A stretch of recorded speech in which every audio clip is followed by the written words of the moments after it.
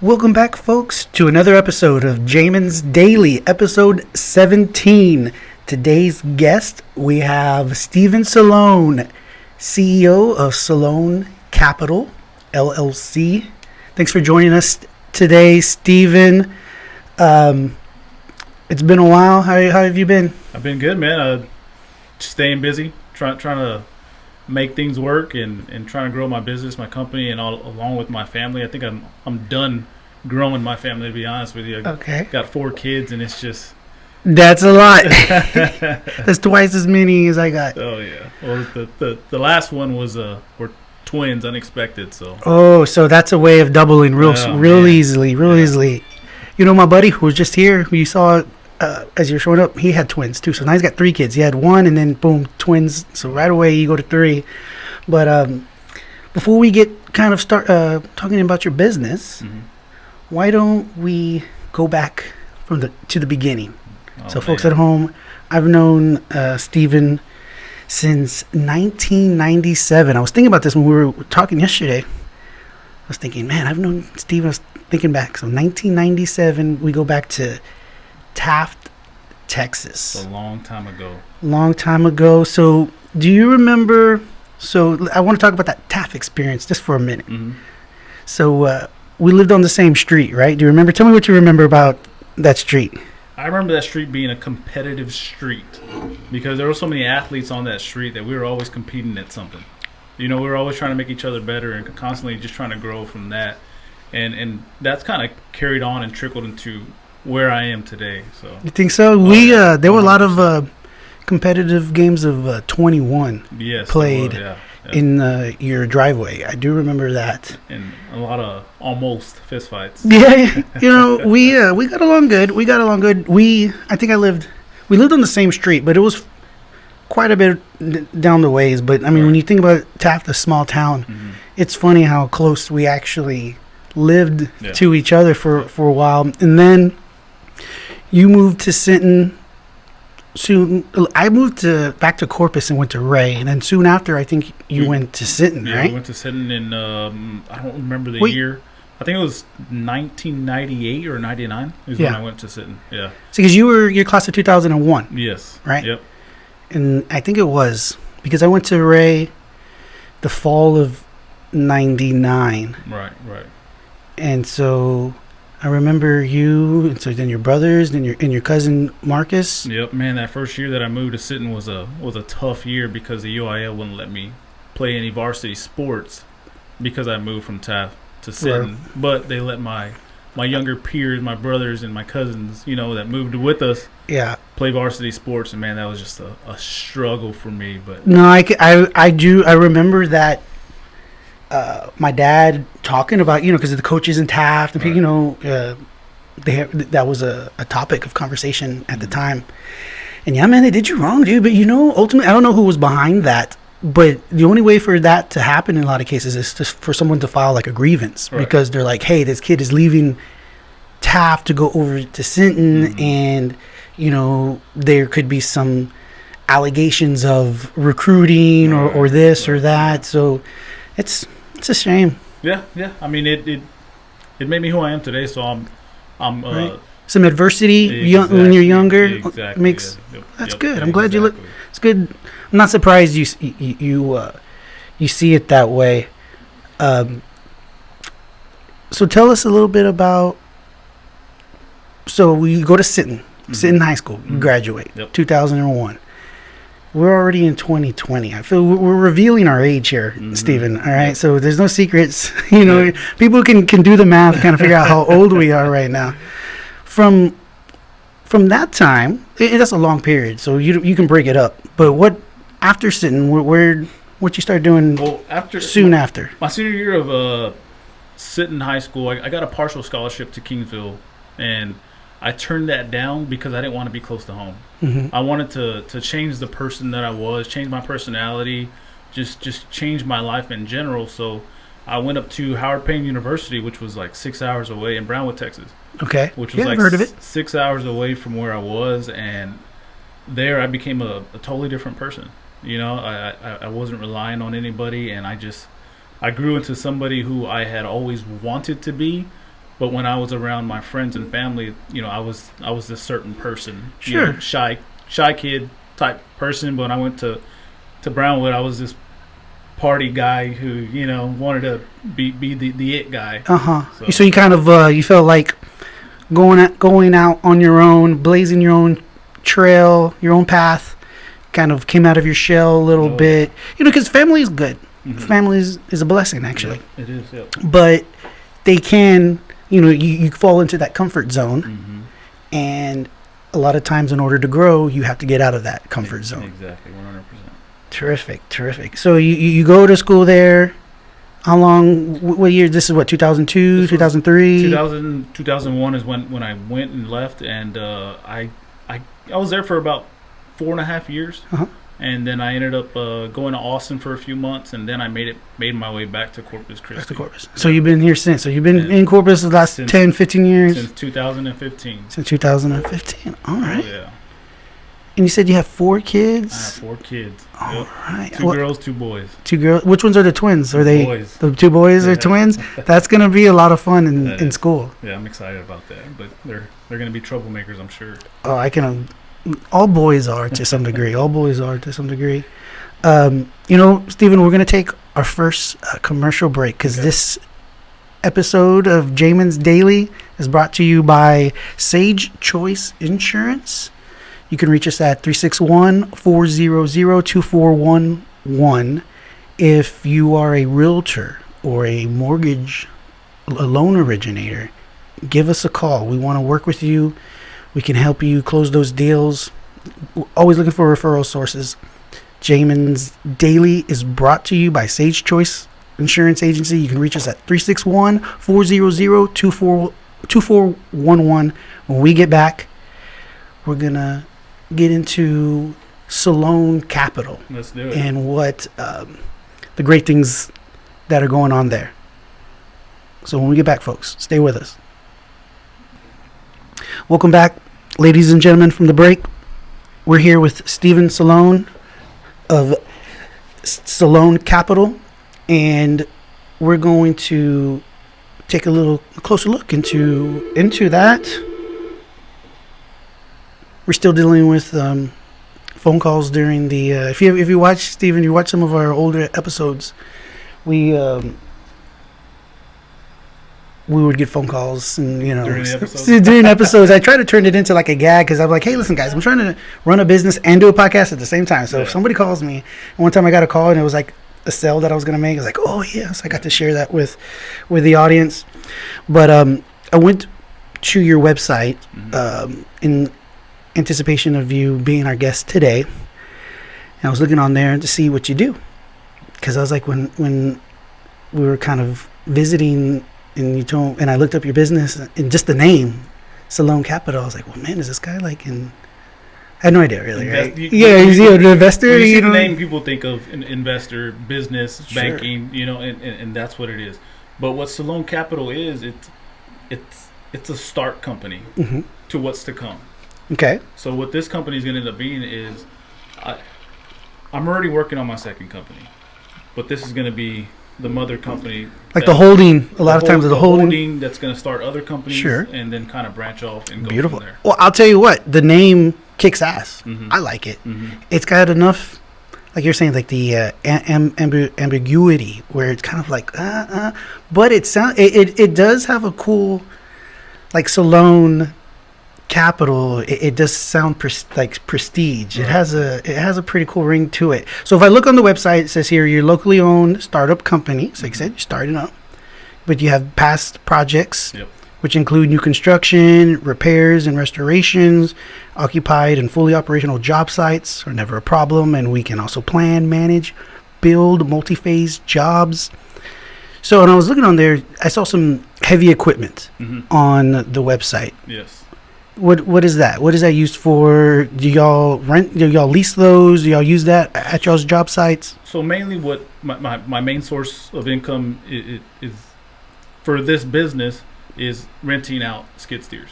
Okay. And the reason I kind of got to that point and went that route and went that way is because I want to spend more time with my family, more time with my kids, and just more time experiencing life. Okay. So I went into the rental business, and I will continue to do rental business. And the reason that is it takes less time. Okay. And I make more money. Okay. Because life's all about time. You can always get more money, but you can never get more time. Sure. One of the things that you learn in business as an entrepreneur is that you don't want to trade your time for money. You never want to. Okay, because there's not enough time. No, there's not. Okay, and if you're trading your time for money, well, there's only so much time, which means you can only make so much money. Exactly. Okay, so you got to flip the script on how you think about that. Exactly. So when I first started my business, that's not the route that I wanted to take. But in new construction, it takes a lot of your time. A lot of your time. And then if you're dealing with customers, they want specific needs and they need specific attention. Sure. Especially if it comes to building a home, doing any type of remodel or anything like that. There's a lot of emotion involved on the buyer side. Well, it's the biggest purchase they will make in their entire life. Sure. So it makes sense. So I started with that route, but I ended up going a totally separate and different route to where I rent out skid steers. You saw that, so you saw the opportunity in this more, I don't want to say niche market, but something separate from what you were maybe doing, but then you're like, you know what, I see this other opportunity in this more particular service or product that's needed. When did you see that? When was that like, oh, let's do this? See, I started Salone Capital back in 2016. I was in a network marketing company. My buddy said, hey, start your own business because tax purposes. Okay. Yeah. He said move away from the W-2 and do it for tax reasons. So I started my own company for tax reasons. And he said, don't worry about it. You'll find your niche. You'll find what's going to work for you. And if what you try out right now doesn't work, he says, it'll lead you to the thing. That'll lead you to the thing. That'll lead you. And he just kept saying that. Sure. And it makes so much sense because since then, I've wanted to do so many different things, but it led me to this business. And with what's going on right now in Corpus Christi and surrounding areas with all the construction, it's hard to get rental equipment to small homeowners, to small up and coming businesses that are trying to do driveways or sure. Just stuff like that. Your smaller contractors, the smaller contractors who need the equipment because they can't afford to own the equipment themselves. Exactly. So it's cheaper just to lease it from somebody for the job that they have going. Exactly. Right? So what I do is I try to rent out my skid steers and equipment daily. Okay. And I try to get it to them on time, and it's worked because it makes all my customers extremely happy. Sure. They're happy with the amount that they have to pay, and they're happy with the quality that we give them in our skid steers. It really is a win-win type of transaction, because they, especially when you're first starting out, and it can actually be for experienced contractors who've been around for a long time. It still just, for whatever reason, makes more sense to rent the equipment than to have to own it, store it, have it somewhere, maintenance it, all those things, insure it, have insurance on these, this equipment. It makes more sense to rent it that way. And so that's great. And how many, so you have these what do you call it? Skid steers? Skid steers, bobcats, right? Whatever people want to call them. A lot of these other businesses that are around here charge an outrageous amount. So I do lowball people pretty bad. Yeah. And like I said, I do it daily. And when you're first starting out, you want to gain a market share. Right. You're trying to just build your client base, and but a lot of times, in order to do that, you have to come in on a price to give them a reason, because they'll be like, well, why am I going to go with you? I've been going with this guy. I know them.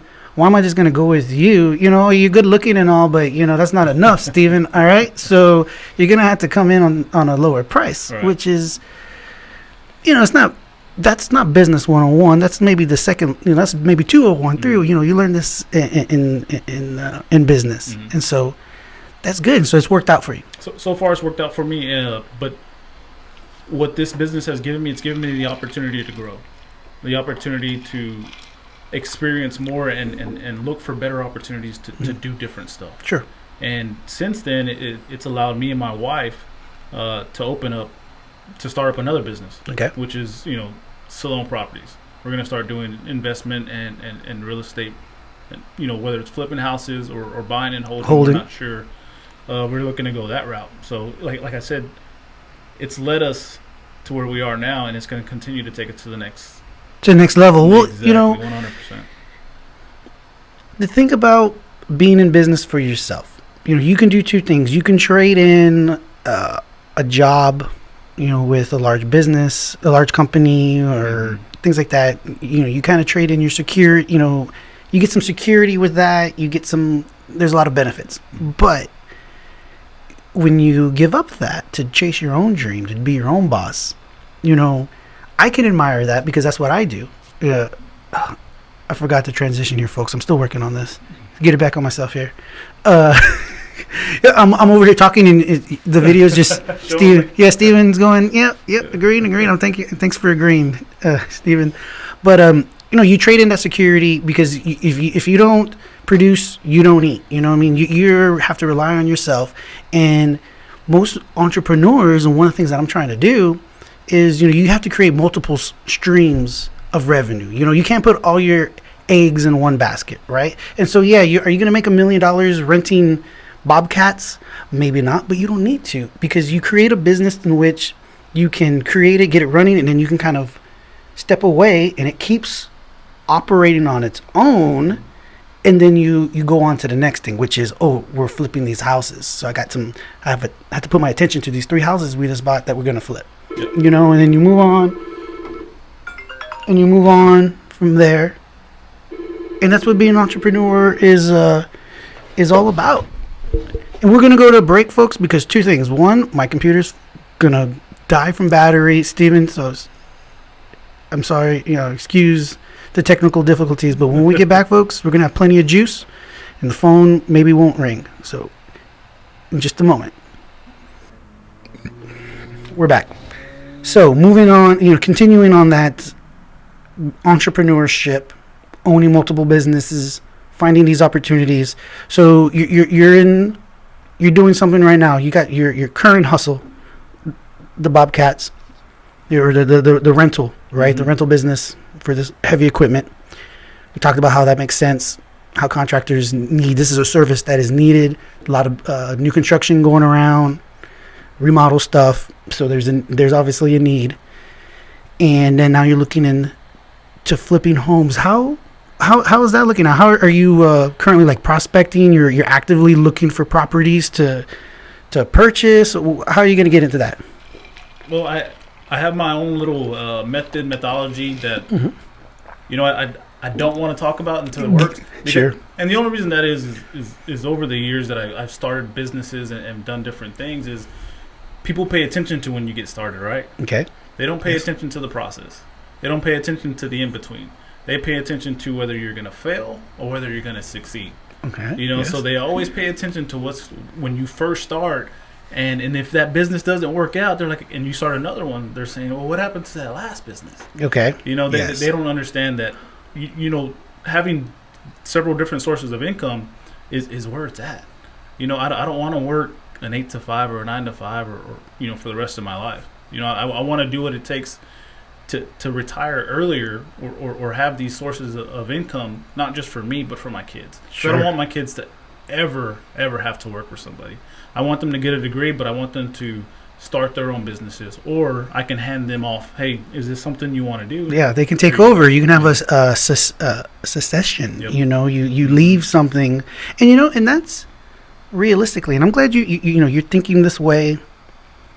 You're a smart dude, but that is how generational wealth is built. Nobody's family is creating wealth from, in most cases, having it, unless you're a lawyer or 9 to 5, some really high-end engineer. Mm-hmm. But for the most part, you're not leaving generational wealth or assets, right. Things that actually, so a business is an asset. So if you build a business and then you leave that to your children, this is an asset that creates income for them for as long as the joke is that the first generation makes it, the second generation spends it, and then the third generation loses it. Yep. Well, that's good. I hope, I want the money to be there for the third generation to lose. Hopefully they don't, but at least I'm trying to build something. And, you're obviously on your way. When it comes to the flipping, one other train of thought I had was how you were mentioning when you're in business, and I've been told this, I'm telling you, but I'm sure it's something you've heard before. But, as an entrepreneur, you got to kind of guard your ideas or what you're doing at times for the sole purpose, because there's so many haters and doubters out there. You cannot, we're all human, okay? And so a lot of times you're looking for some kind of validation. So you want and the excitement is there, so you want to tell somebody. But from a lot of the other successful people who've been there and done that, a common advice that they give is just that, like, hey, kind of keep it to yourself. You see this opportunity, you can get into this. Don't go out and tell the world, because a lot of people are pretty crappy about that. They just hate. They can't. It's just human nature. Sure. Nobody. It's what we're taught. At a young age, it's just what we're taught, and that's just how it is. The human nature is fear. Mm-hmm. People want to see you succeed, but deep down they're like, oh man, I hope he doesn't make it. And when you do succeed, they're clapping in front of you, but when you walk away, they're not really clapping. Yeah, there's a lot of they're not really happy. Sure, and the thing is, they're also like fair weather friends. Right. So like, if you become successful, then great, right? Oh, I knew it all along. But when you don't, they're the same people then to criticize or to remind you. And that's the thing, in order to be successful, most business people who are successful, you don't get it right the first time, okay?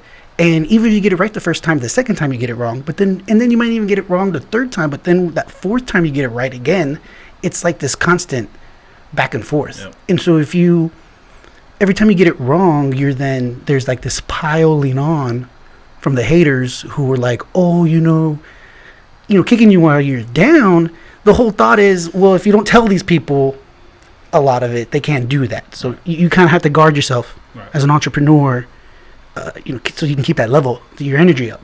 Yeah, and starting this new company, Salone Properties, under Salone Capital, is, you're hearing it here first. Put it that way. We actually just started it. Breaking news. We actually just started the company this week, and we got our plan. We're gonna kind of go from there, and I'm really confident in this one. I really am, because when you buy real estate, you buy a piece of the earth. Nobody can take that from you unless you die, basically. Yeah. So. It's one of the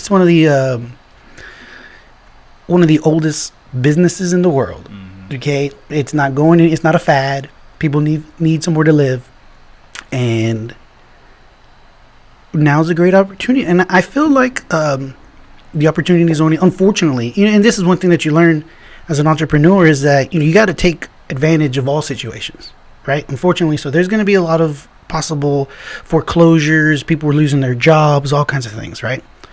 It's sad, but it is what it is, right? So sometimes others, from others' trash is another man's treasure. One person's misfortune, unfortunately, can be the other person's, another person's opportunity, right? And so you're going to see more perhaps properties on the market that are available. There's going to be an excess of what's the word, inventory, right? So that's when I think now's the right time to be, get into position to be ready to scoop them up. Yep. Try to find a way. The only thing is, have you thought about how you're going to, everybody wants to be in real estate. Yeah. Everybody's trying to flip, find the house. So a whole bunch of people competing for this one property. Mm-hmm. Yeah. Any idea how we're going to climb that mountain? Well, it's like one of my mentors told me. He said, it's not about what you know, it's about who you know. If you can connect the right dots, you're going to put yourself in a position to be successful, no matter what. Mm-hmm. And the people that are leading me, that have been leading me this way in this path for the past 4 years, I keep telling them, no. And they've said, hey, we'll take your hand. and this is several different people. And now that I've pulled the trigger, I'm confident. And the reason I'm confident is because of them. Because I'll have these mentors who are going to help me and guide me to the right properties, to the right contractors, and just kind of grow from there, which is exciting. I'll tell you what, you said the word contractor because, buying the property is, half the battle. Half the battle. Okay, there's a lot of work that on some of these properties. I mean, everybody dreams of this great deal. These are the deals that you see like on late night infomercial things where you're going to buy this great property and it's, rental. But in reality, a lot of times you have to find these distressed and sometimes distressed properties. And so you got to put some TLC into it. Oh, yeah. And finding good help, reliable contractors to do a good job is very difficult. Mm-hmm. Is anybody right now? Are you trying to partner with people, contractors to help to do the simple stuff? Like I'm talking like maybe put in new carpet or put in laminate flooring, or you need somebody to go in there to put in, you got to do the cabinets, or you're gonna have to put in new toilet stuff. I personally have no one. I know a few people, and I know a few guys that I'd like to team up with, and the reason I like to team up with them is because they're up and coming, sure, and they're just getting started as well. Do you know what you need to do, Steven? When this podcast is put up, you need to download the link and email it to them or text them. Say, hey man, I'm looking for somebody. I'm starting this business. Hit me up. And which link are you talking about again? The link is gonna be several links. Well, one link, the link that I'm going to put up for you is going to have your email or your website saying, hey, Salone Properties is looking for contractors to partner with in their, properties that they have, right? So maybe you'll get some an email, or you get a message. Maybe we can put a Facebook link or something. Yeah, definitely. We're going to have that. I'll also, folks at home, you've seen the links already. Quote from Jamin.com. Get a free quote. Amazing next generation form quotes online, safe and secure. All right. But hopefully what I'm trying to do here, Steven, is create a network of sorts. So then people, I can't wait for the day when somebody tells me, maybe it could be with you, where you say, dude, somebody reached out to me because they saw it on the podcast. Right. I'm living for that day right now. I know it's going to come. Okay, I know it's going to come. And that's why I came on this podcast is to network, to reach out to different people, because I know there's someone out there who may have the same idea or may have answers to my idea, partnering up. Sure. Kind of growing from there and getting started. And that's why I wanted to come on here and do this. So, same thing with what you're doing. You can't underestimate the power of just showing up. Mm-hmm. Okay, so like you say, you're just here, you're putting yourself out there, and in these other businesses, or you have an open mind to listen to other mentors, to listen to people. You don't think you know it all kind of mentality, right? And so you're learning from other people. And people recognize that. So people want to work with, and what you want to hope is that somebody sees something in you. Because like you said, it's not just what you know, it's who you know. And so hopefully, most people who've been successful, they all have that same story about, well, somebody put them on. Somebody saw something in me and reached out and said, hey, you know what? I'm interested in doing business with you. You sound like you got your stuff together. I'm looking for somebody to do X, Y, and Z. So you're planting these seeds over time, and then you never know. At that point, then you just pray, hey, Lord, dear God. Right. I mean, that's how I am. Maybe not everybody, but then I just pray, hey, Lord, I'm planting these seeds.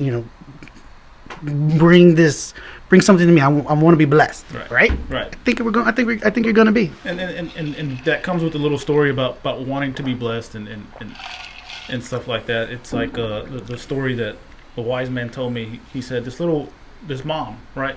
She loves her kid, and she wants to do everything she can for her kid. So she said, hey, you know what? I'm going to take you to an ice cream parlor, and I'm going to buy you one scoop of ice cream, and that's all you're going to get is one scoop, because that's all I think you can handle is 1 scoop of ice cream. Okay. So the little kid goes and picks out the ice cream and gets it on his ice cream cone. And as they're walking out, the mom says, make sure you take care of that ice cream.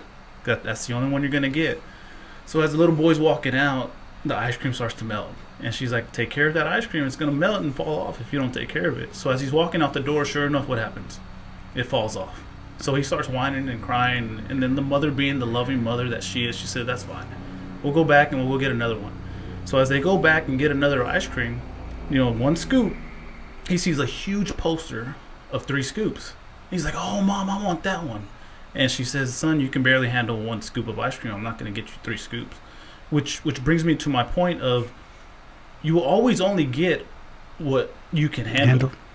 Most people want a 3-scoop lifestyle, a 3-scoop dream, when all they have is, all they can really handle is 1 scoop. Mm-hmm. So always understand that, and as you start to grow, well, then you get your 2nd scoop, and then you get your 3rd scoop, sure. And you kind of grow from there. And that's a great analogy for, in reality, is you see most,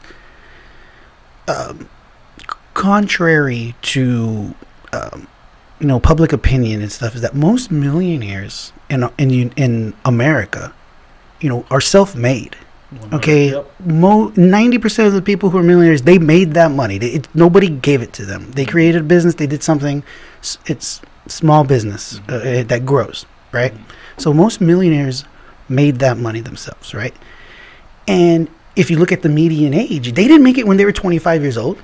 Most of them didn't make it by the time they were 35 years old. This is a constant grind and hustle because, like you said, they wouldn't even have been ready or prepared for it at 25 years old. They may have not even been ready and prepared for it at 35 years old. Here I am, 37. I'm nowhere near being a millionaire. But if you ask me, it's possible. Okay? Do I need to be a millionaire? No. But do I want to have financial freedom? I don't need $1 million a year or even in my bank to have financial freedom. But it's that grind. And so most people who do reach that success of being a millionaire, they're not 23 years old. They're not 28 years old. They're in their 40s and their early 50s because they've spent a lifetime building a business, multiple businesses, and now they can handle it. They can, they have the wisdom and the experience to handle it, whereas they wouldn't have. I think that's one reason why you see so many professional athletes go broke. Because they're given all this money. They become fabulously ungodly wealth, this tens of millions of dollars. And then it's all gone pretty soon after they retire. Once the revenue source ends, they get 10 scoops and they have a 1 scoop mindset. Right, right. That's what it is. That's all it is. And if they had that 10 scoop mindset, they turn that 10 scoop into 20 scoops. But they don't have that mindset. They eat it all. They eat it all. They eat it all right away. And no matter what, you always have to fall in love with the process, whether it's struggling, whether it's success.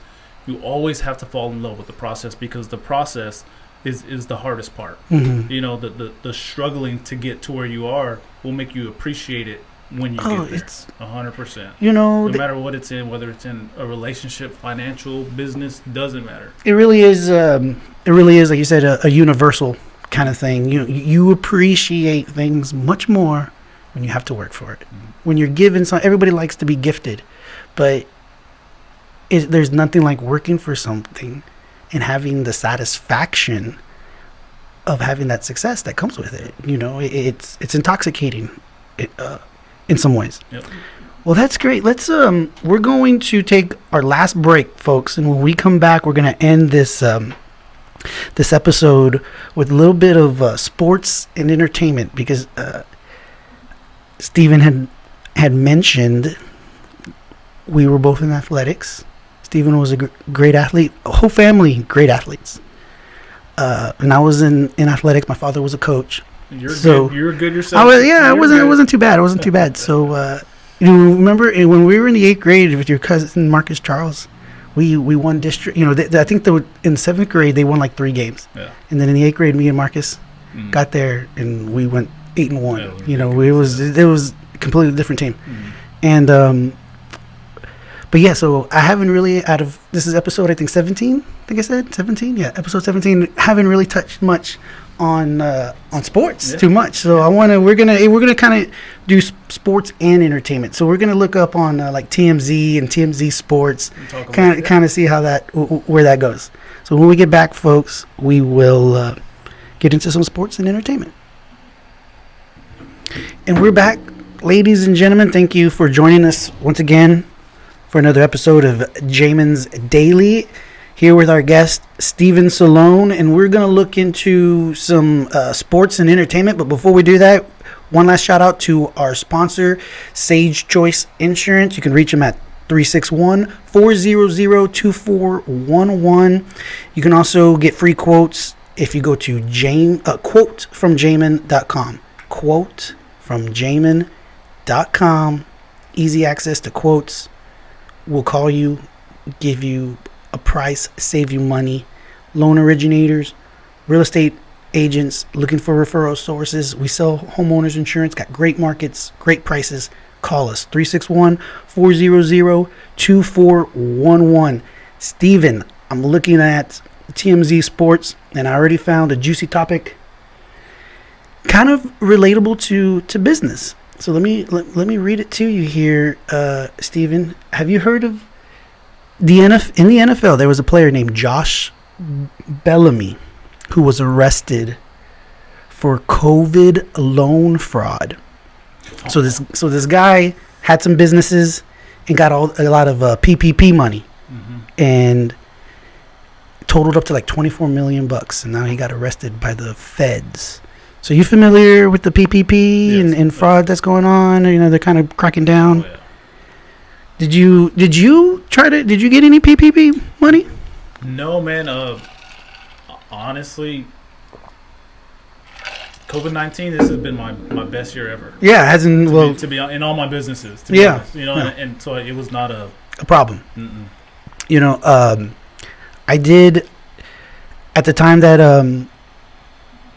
COVID was coming in and the PPP program was coming out. I have a pretty good relationship with my local banker, and since I had 2 employees at the time, you know, that's what it was. You know, the payment protection plan was all for your employees, and you know, I felt like, you know, being an honest person, I'm glad for the amount that I asked for. It was lowballed. I lowballed myself. Mm-hmm. You know. Whereas this guy's getting arrested, a wide receiver. This guy just signed a contract extension for $5 million.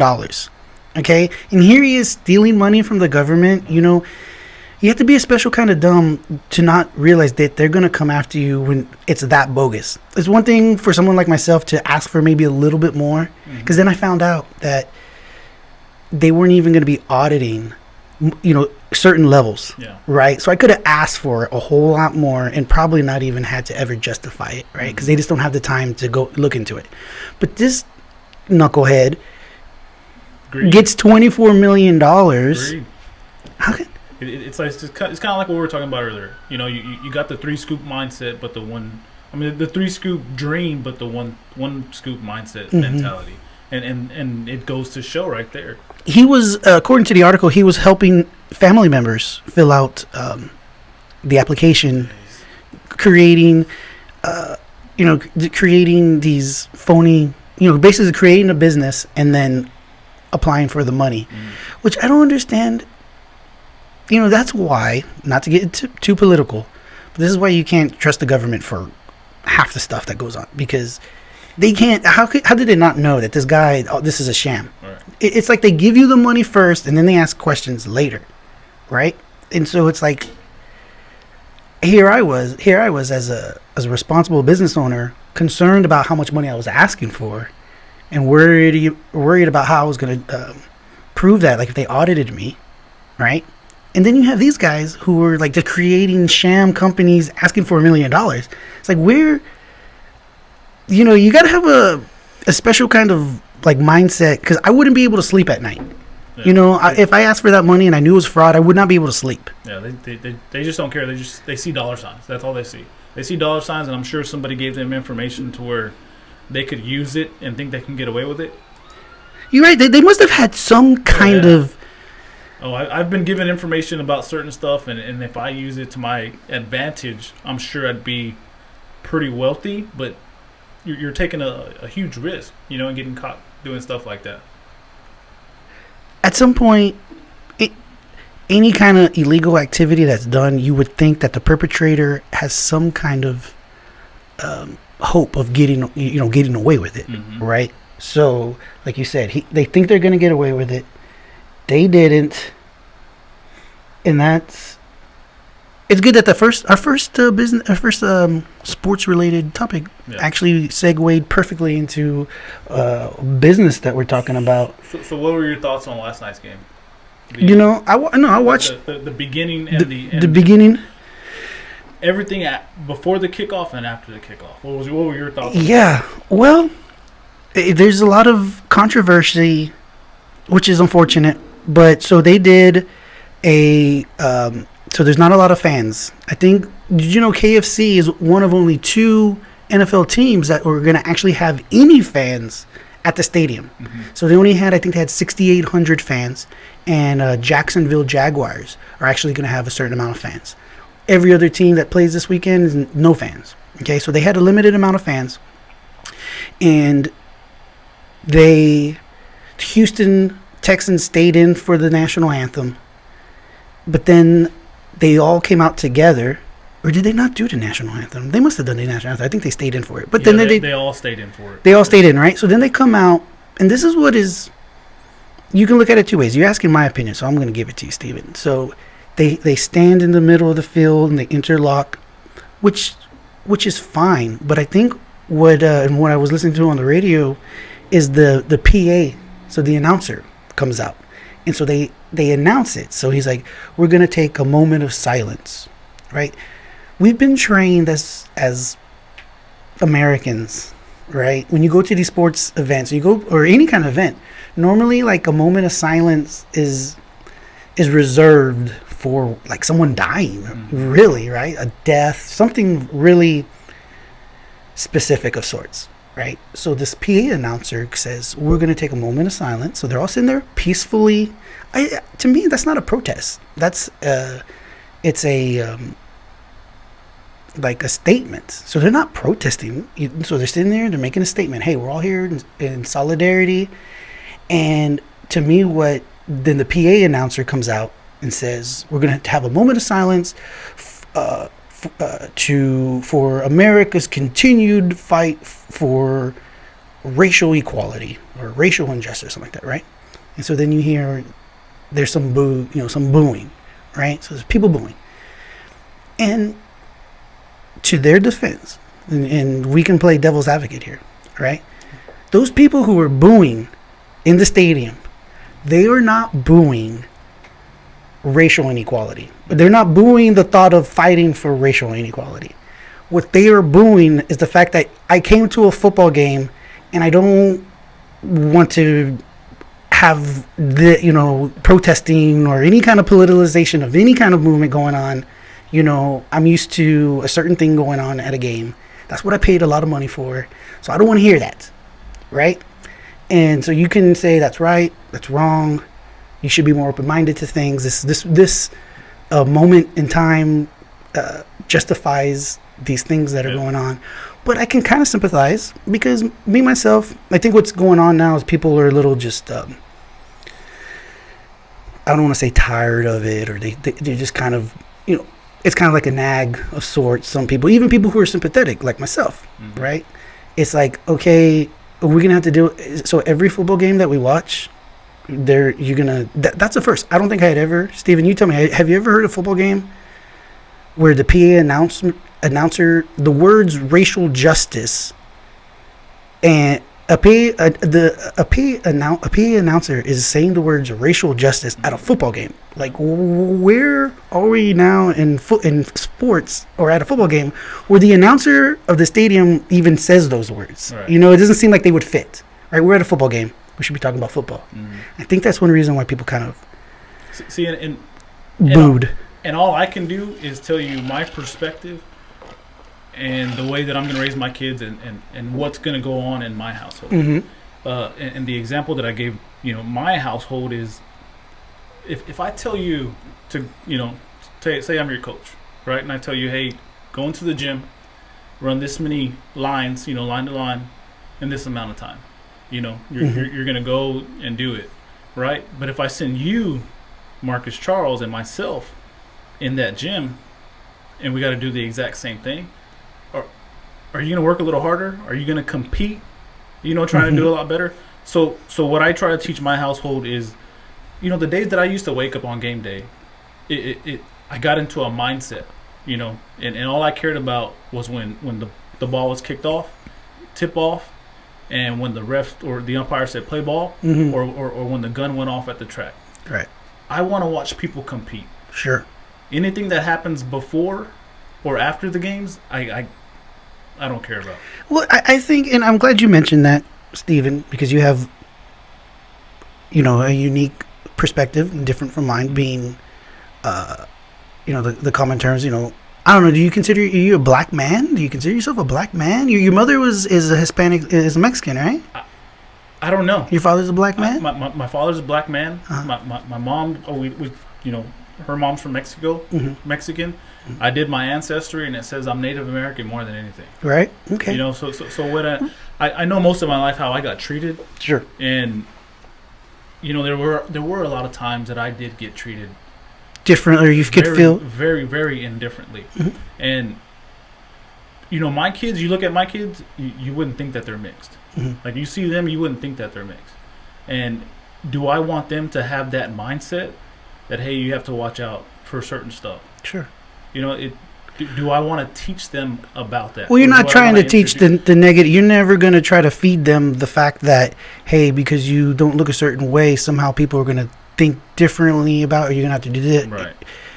Well, once you're exposed to something, yeah, you look at it completely different. I have a boss at my other job, and he saw what happened with the big thing that kind of blew this up. The choking, yes. What was that man's name? George Blake, right? Or George Floyd? George Floyd. Uh-huh. Well, my boss is white, and he saw that, and he never saw things that way, ever. And then he started to bring up incidences that happened to me, and he's like, hey, was that? And I was like, yeah, but, I never saw it.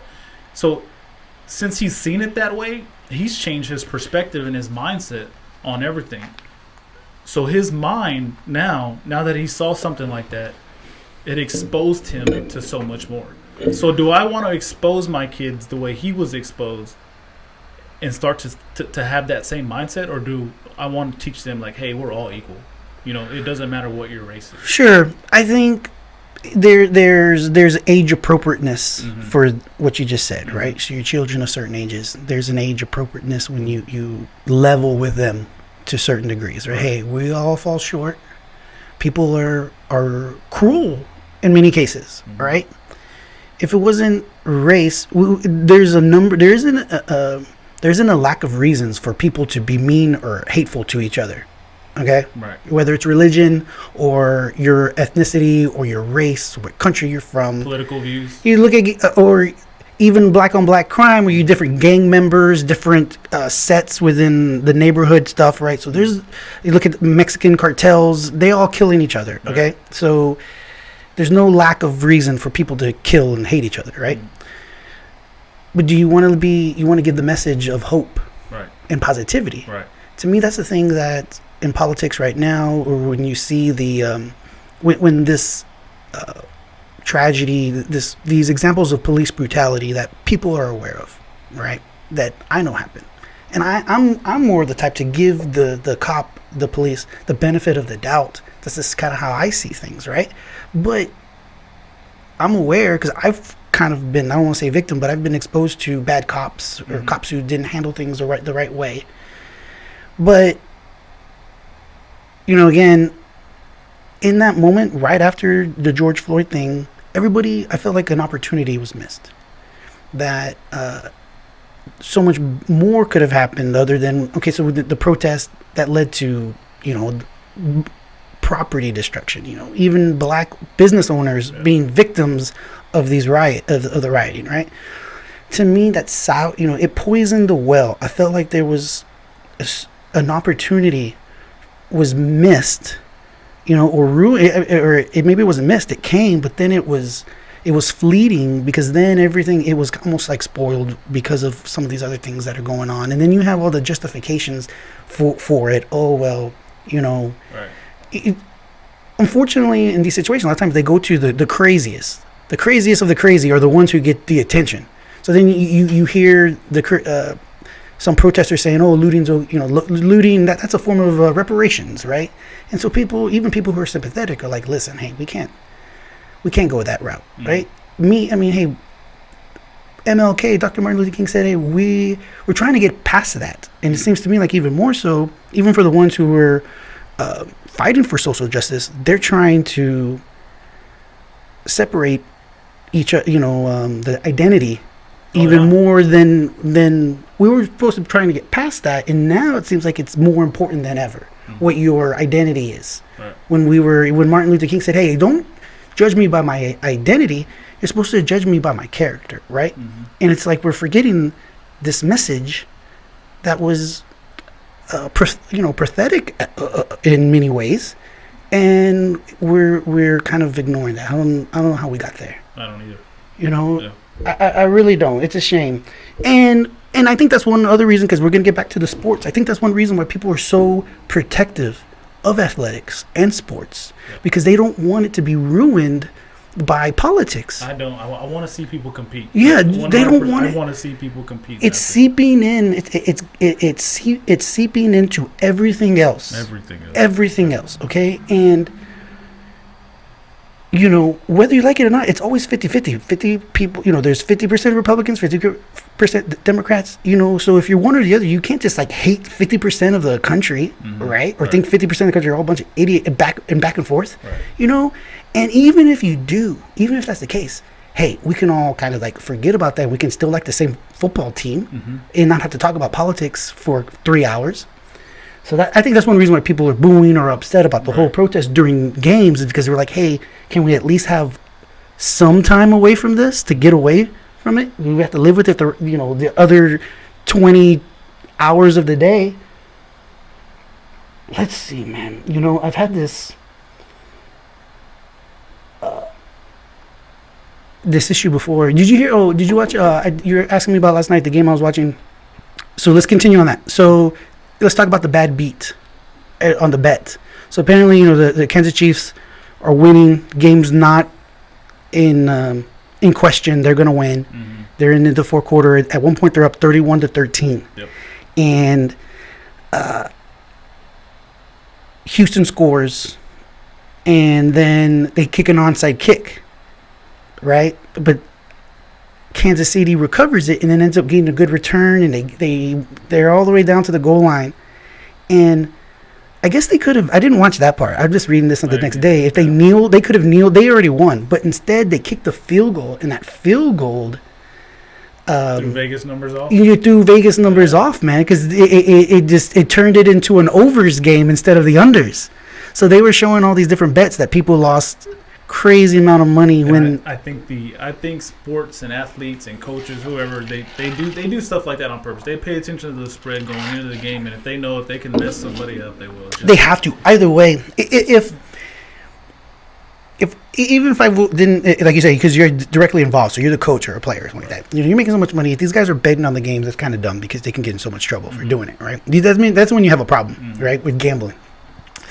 But it would still be on my mind. Oh, yeah. I would still screw it, be like, oh, if I hit this three, the game is over, you're dribbling down the court, and you know what the overs is, and you're 2 points under, and you just pop up a three at the end.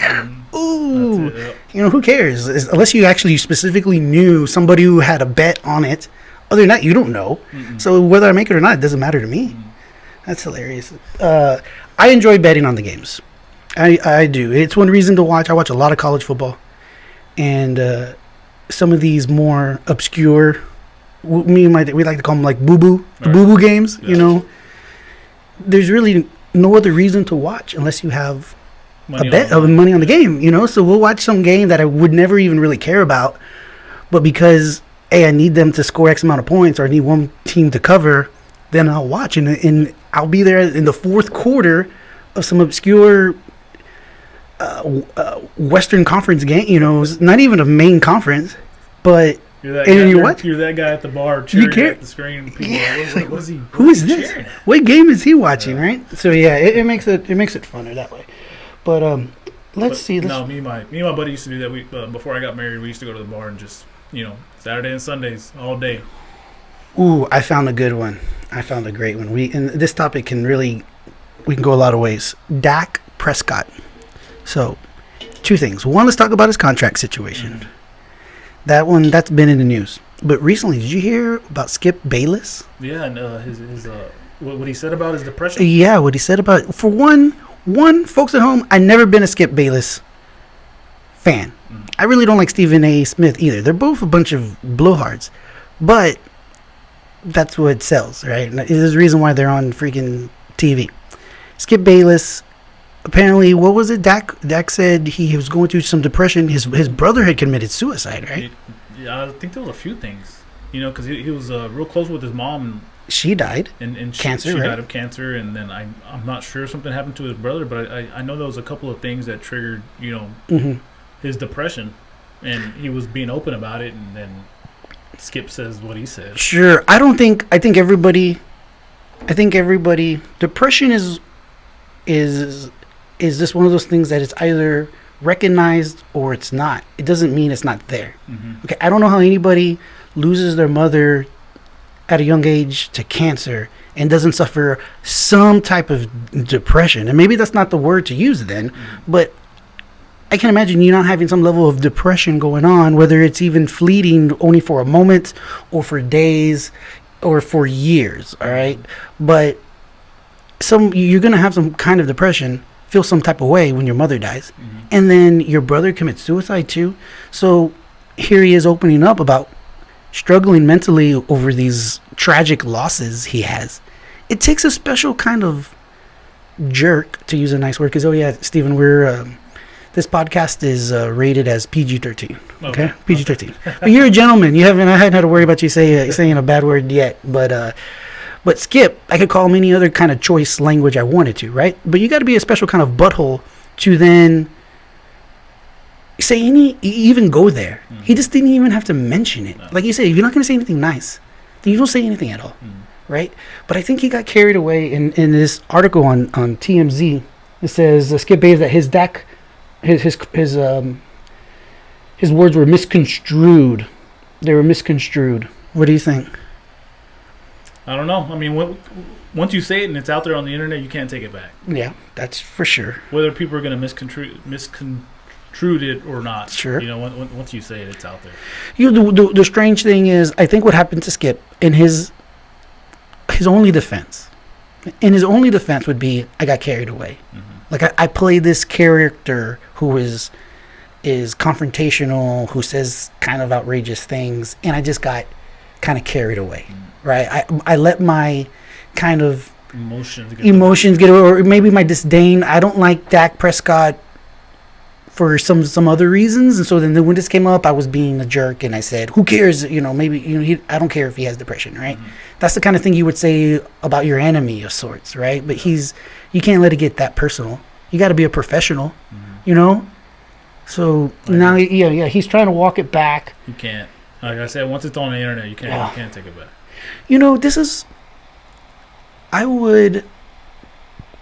The word is magnanimous. I learned this word not long ago. Magnanimous. That's what I try to be. It's when you rise above it, right? And there's times to rise above it. There's times that you shouldn't, right? Sometimes you got to punch it down, okay, to let them know who you're messing with, right? But other times you can just be the bigger man, right? And in this situation, because everybody knows that Skip is a jackass. Okay, his level of like admiration for things is not there. He's a shock kind of controversial person, so he's considered universally almost to be like a jackass. Dak can rise above it. You know what he could do? He could come out and what's the word? Like a preeminently before, and I don't know if he has already. I'm sure he has, but before Skip even asks for forgiveness or says he's sorry, he could come out and say, "You know what, Skip? Don't worry about it, man. I forgive you, man. That's called being magnanimous. Hey man, I forgive you. If you would, he could, in my opinion, if he was to come out, if I was like his PR people, I would say, hey dude, you should do that. Go on, put out a Twitter, send out a tweet, forgiving him, saying, Skip, I know that's how you are. You probably just got carried away, man. I'm gonna take you for your word. You didn't mean it. I forgive you. To me, that's the kind of leadership I want. Yeah, I agree with you. Not the kind of person, or he could do what? He could cry and whine and want him to get fired. And he's been pretty professional, Dak has, about his whole career thus far. But as I'm a Cowboys fan, and he says all the right things, and he's a likable person. He is a likable person, which is why I wish him well with his contract, because he's a likable person. I don't blame him or any athlete in general for trying to make as much money as they can. Yeah, and to all the Cowboy fans, I am a Cowboy fan, but I don't think Dak's the answer. No, he's not. That's doing okay. So I like Dak. There's one thing from liking somebody personally. I like him. He seems like a nice guy. I've known him since he was playing in the SEC because I'm an Aggie, so I've known him since he was playing in college. Always been a great athlete. But he's an average quarterback in the NFL, in my opinion. He's an average quarterback on a great team, which makes him seem like he's a good better than he is. Yeah, it makes him seem like he's better than he is. He's not worth $40 million a year. If he was, but I don't blame him for trying to make $40 million a year. If I was in his position, I'd be doing of course. The same It would be like business ineptitude or like malpractice to try. We all do it. Yeah, whether it's selling insurance, whether it's trying to get jobs and bids, and we all try to do that. At his age too, it would have been different if he's older and he's already made a whole lot of money. So it's like I can take less. Yeah. But at this age, this is could be his first. It is his first, and maybe last opportunity to hit big, get that big contract that sets him up for life. The only reason why he doesn't have more leverage is because I read an article where they're talking about this and then his contract, and Mahomes and the two guys who just played last night, Mahomes and Watson, both signed huge extensions. Okay, right at the $40 million a year amount. And so they're talking about Dak. Oh, Dak, he was in the same draft class, and he's mildly successful, but not at one. Okay, he's not nearly as good or as successful as Mahomes. That's not debatable, undeniable. And then Watson, I don't think has had any more in terms of wins, but I think if I was choosing my team, I think I would pick Watson over Dak. Yeah. He's just he's more dynamic, in my opinion. So is he worth 40? I think that's the only drawback is where people, emotion gets it. Nobody wants to see Dak even get $40 million because then they know the ramifications that has on the team as a whole in terms of the contract extensions, the cap space. Hey, if we give him $40 million, that means we can't keep these other guys. It's like what happened with Watson and Hopkins. Yeah, you can't keep them both. Absolutely right. And if the NFL doesn't wise up, because there were people at a football game booing equality. Okay, so there are people who are mad about this whole politicization, and then the game's not being, the fans aren't in the stands and all this other stuff. So a lot of these players in these contracts, they always anticipate, Steven, just more and more money being made. Always. Like it's just like grows on trees, and that perpetually it's just going to make more and more and more. And that's not how business works. And that's what's scary for the NFL. If it is about money, and for the players, if it's about money, The Rock, Dwayne Johnson, if he gets the right business people on his side with, now that he... The XFL? If he does it right, yeah, and if it is about money for other people, there's no telling what could happen in the next 10 years.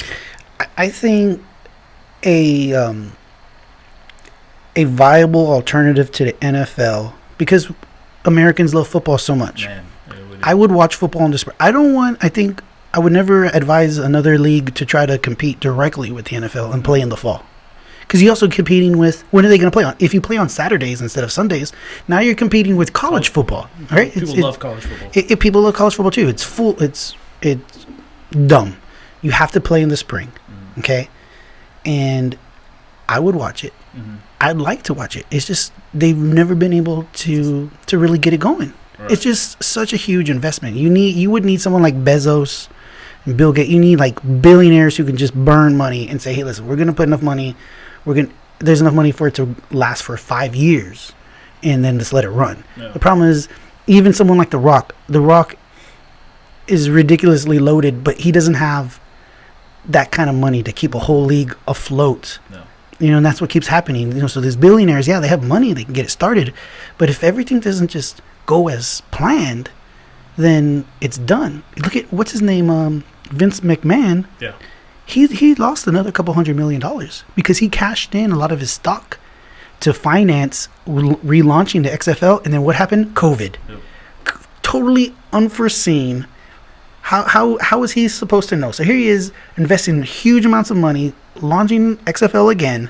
COVID comes, bankrupt, yep. Sells it to The Rock for like $15 million or some BS. It's crazy. Huge loss. Yeah. Huge loss. But that's part of, I think one of the problems we see in business or in the mindset of the public right now is that everybody wants guaranteed results. Mm-hmm. Everybody wants to take out the risk and the chance. And part of being in business and being an entrepreneur is always that risk. That's why I say, listen, if you want a paycheck, you don't want any risk, go work for the Postal Service or something, okay? Go be a teacher, right? Go work at the base and show up for work every day and you'll be okay. And that's why I always say, and I'm not disparaging that. I'm not ridiculing that at all. But if you want more for yourself, like we've been talking about, you have to be able to stomach the uncertainty and the risk. Yeah, you have to fall in love with the process, no matter what it is. Whether you're starting your financial journey, your relationship journey, your trying to lose weight journey. Mm-hmm. Getting started, those first few days is kind of hard, and what you're looking at and seeing is the end result. But the in between is the hardest part. Sure. And if you don't fall in love with the process, you'll never get to the end result. Never. Yeah. I think we've all been done a disservice. We've all been done a disservice with the whole like instant gratification. Our generation of sorts. This instant gratification. So if you don't get results right away, you lose interest or you quit. Mm-hmm. And no business is built that way. No. And unfortunately, the expectations are that sometimes. So let's see. We're gonna find one more topic, ladies and gentlemen, before we call it a day, a wrap here. Jamin's Daily, episode 17, with Stephen Salone of Salone Capital. So we had Dak. Now here's a story about. Let's move along. I saw something about Kobe. There's still stuff on Kobe. What do you think? Have you been watching much NBA? With the abbreviated season, they've been playing playoff games. Yes. Have you been watching any of them? I've watched a few of the games, but I haven't watched many. My phone will say, "Hey, close game alert," and I'll pop it on. I'm gonna watch a little bit. Yeah. I watched. Like you said, I was just kind of watching a little bit of it, but I just feel like there's no part of being a fan or following athletics is that I feel like there's no emotional connection to it right now. No. Like there's just too much going on before the game and after the game. Yeah. And it's taken away from the in between, the competitiveness. Why we normally like and love to watch the game. I think so. And then the abbreviated. So right away they're putting off half of their audience to a degree. I don't understand how Michael Jordan, one of the things I somewhat admire about him, and even that whole generation of sorts, is they kind of steered away. He was famous for saying how Republicans buy sneakers too. Mm-hmm. He didn't want to be overtly Democrat, support all these Democrats, which is unfortunately what the stereotype is. If you're black or you're a person of color, you're going to vote for Democrats, right? Or I got to say something negative about Republicans. He's like, hey, listen, I'm in business. I'm not going to put off half of my customers, right? Republicans buy sneakers too, right? But then you have the opposite. So you have someone like LeBron James, who here recently has gone above and beyond to put himself in some of these, tweeting directly at Trump, specifically endorsing certain political positions and stuff. And, it's a free country. More power to him. But as a sports fan, and I can't speak for all sports fans, but for me as a sports fan, it's just, I don't want to see and it's not because I don't like his politics. I don't want to see an athlete, spewing all kinds of conservative talking points and saying all kinds of crazy stuff about liberals or something. You know what I'm saying? I don't want that either. I want it to be. I want to see none of it. Right. I could care less about what a particular athlete thinks about when it comes to this. Right? And that's kind of a controversial thing to say because they're like, oh, well, they should have a platform. They should do this and that.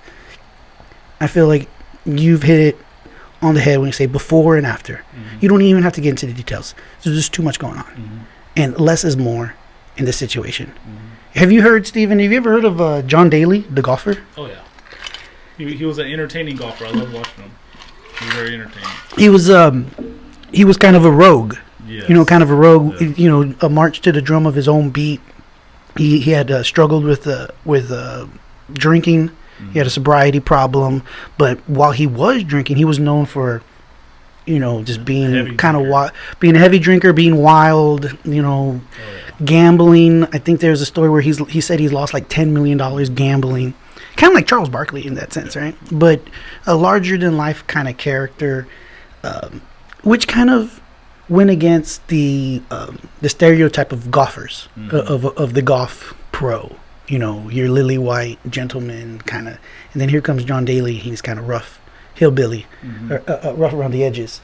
Well, it seems like poor guy has bladder cancer now, but it does say he has 85% chance.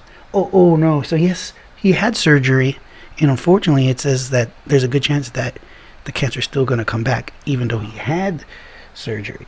So this guy... Take care of your health, people. You do, man. Yeah. I tell you what, and it's funny how, because of COVID, completely reevaluated my whole thoughts on, like, vitamins, taking some vitamins, or my hygiene. I've never been somebody who was... like a germaphobe, right? Washing my hand, I'd shake somebody's hand and I come back. I wouldn't go, didn't finish eating your taco. Exactly, right? I shake somebody's hand, then I eat some French fries. It just never really came across. I just wasn't raised that way, and I'm just not naturally that way. So, but this whole situation has made me completely reevaluate a lot of those things. Have you been trying to be more? Have you generally been healthy even before, or has this caused you to maybe reevaluate it also? It's caused me to be more aware of what I'm doing, and paying attention to make sure that I don't stop this. To make sure I don't spread it. What's going on. I've always felt that, I've washed my hands accordingly, as I needed to. But I am extra careful to be more respectful for others. Right, and I think so too. People who insist on like not wearing a mask, things like that, those people have, in my opinion, like some kind of ulterior motive. Right. There's something they're trying to prove. It's a particular type of person who goes there. Right. I have no problem. I'd rather not wear a mask. I'm with you. But if I go somewhere, I go to HEB, I go anywhere, and I know that they want me to wear a mask, then I'll put it on. I will wear a mask to be respectful. It's called respect. It's called being polite. Right? I'm not trying to stir the pot. All right? I'll go along with this for as long as it takes, I guess. At some point, maybe it becomes ridiculous. You have to take a stand, but we're not there yet. And I'm not about the whole point where you see somebody not wearing a mask. I talked about this on the podcast before, right, folks? I'm not gonna be that guy to tell somebody, hey, put on a mask. There's all these different examples where you're gonna get your ass beat. You don't know, people are crazy. Obviously something's wrong with them. They don't want to wear a mask. And so if you say something, they're walking around in HEB thinking, I wish would, right? I wish somebody would tell me something about not wearing a mask, because they're just looking to pounce on somebody. And you have all these examples of people being assaulted about, because they confronted somebody who's not wearing a mask. Feeding into that negativity, man. Stay away from it. Stay away from all that negative. Well, when it comes to John Daly, I hope it doesn't seems like he's pretty sick. So I hope he needs to do like an autobiography, or he needs to do a documentary on YouTube or something. I definitely watch it. He's got a great, they should make a 30 for 30. Oh. Those ESPN documentaries, you know what I'm talking about? Mm-hmm. Those are always well done. Yeah. He needs to do, they can do a 30 for 30 on John Daly. There's plenty of material, I bet. Anyways, folks at home, I want to thank you for joining us again on Jamin's Daily for episode 17 with our guest, Steven Salone of Salone. Stallone's pretty cool too, right? But Salone Capital. I highly recommend, give all my recommendations to Steven. I know he's doing big things. So if you need you need a Bobcat, or you got some kind of project going on. Yeah, we also have 360 cameras. We do virtual tours for real estates and business properties. Okay. To where you can basically put it on a website to link to your phone. You can kind of take a virtual tour. Okay. Of houses. Like you can do a whole 360 type of deal. See, so a number of services provided. So there's gonna be some contact information to reach out to Steven. I hope you do. I hope you tell your friends about Jamin's Daily. We're available on iTunes.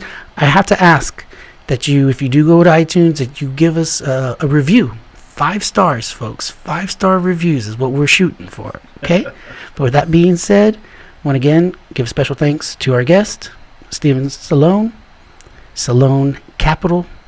And we're going to be out. Jamin's Daily. Stick with us, because the best is yet to come.